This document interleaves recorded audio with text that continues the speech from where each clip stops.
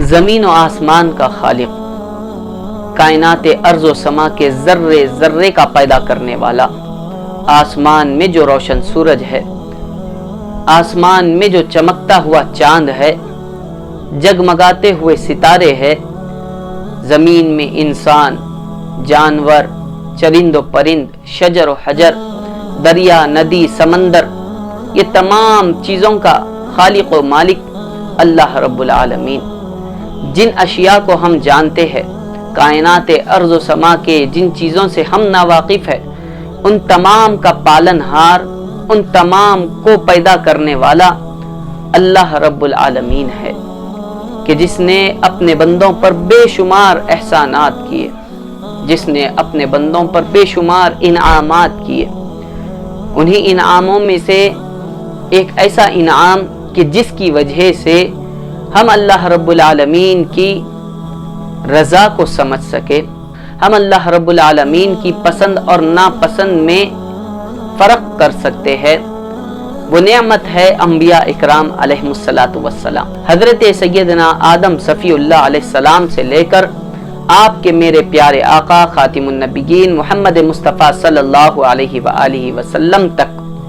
تمام انبیاء اکرام علیہ السلام نے اللہ رب العالمین کی وحدانیت کی تبلیغ کی۔ تمام انبیاء اکرام علیہ السلام نے پروردگار عالم کی عبادت بجا لانے کا حکم دیا۔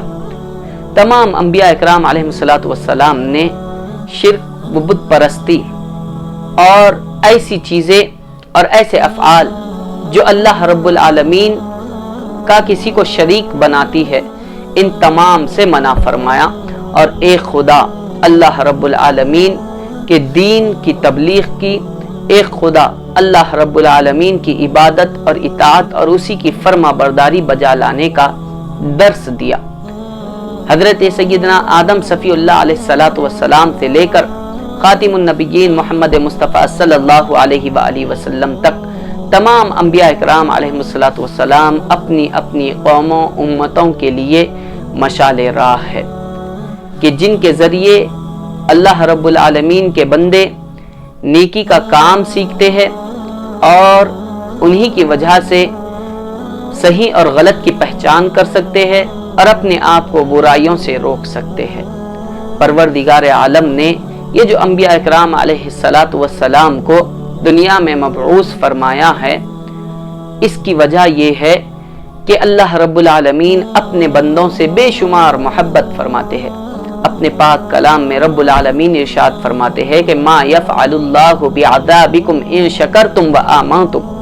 کہ اللہ نہیں چاہتا کہ وہ اپنے بندوں کو عذاب میں مبتلا کرے جبکہ وہ اس پر ایمان لاتے ہیں اور اس کا شکر ادا کرتے ہیں۔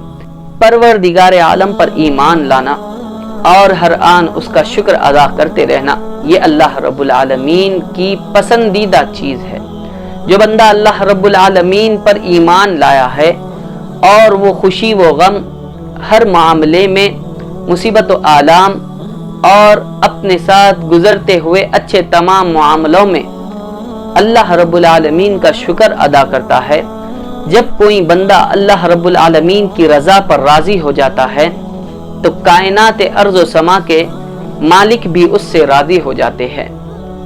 جب اللہ رب العالمین اپنے کسی بندے سے راضی ہو جائے تو پھر کائنات ارض و سما کا ذرہ ذرہ اس بندے سے راضی ہو جاتا ہے۔ جب پروردگار عالم کی رضا کسی بندے کو حاصل ہو جائے تو پھر اس کو دنیا میں کسی اور کی رضا کی کوئی ضرورت نہیں ہوتی،